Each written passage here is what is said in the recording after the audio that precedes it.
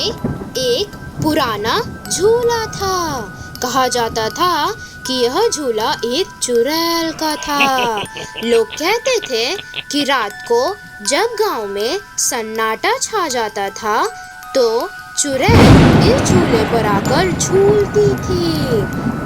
गांव के बच्चे कभी भी इस झूले के पास नहीं जाते थे। वे कहते थे कि अगर कोई इस झूले पर बैठेगा तो चुड़ैल उसे ले जाएगी।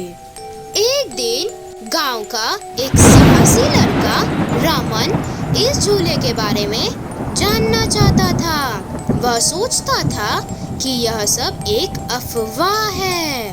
एक रात जब गांव में सभी सो गए थे तो रमन चुपके से झूले के पास गया। झूला अंधेरे में काला और डरावना लग रहा था। रमन ने हिम्मत किया और झूले पर बैठ गया। अचानक एक ठंडी हवा चली और झूला हिलने लगा।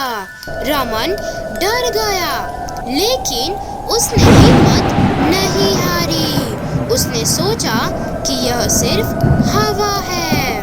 तभी एक अजीब सी आवाज सुनाई दी। रमन ने चारों ओर देखा लेकिन कुछ भी दिखाई नहीं दिया।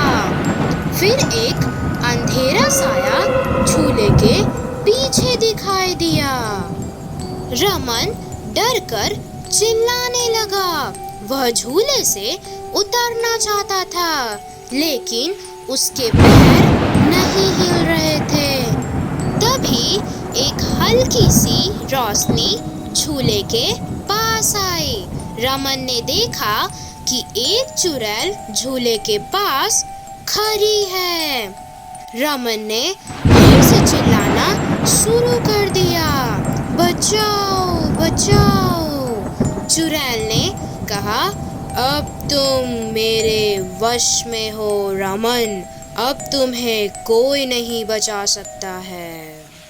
रमन ने बहुत कोशिश की लेकिन वह झूले से नहीं उतर सका।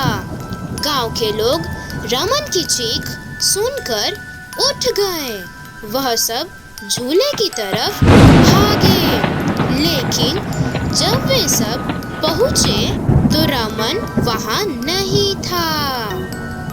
गांव वाले समझ गए कि रमन को चुड़ैल ले गई है। वे सब बहुत दुखी हुए और उस दिन से रमन लापता हो गया और उसके बारे में कुछ पता नहीं चल सका।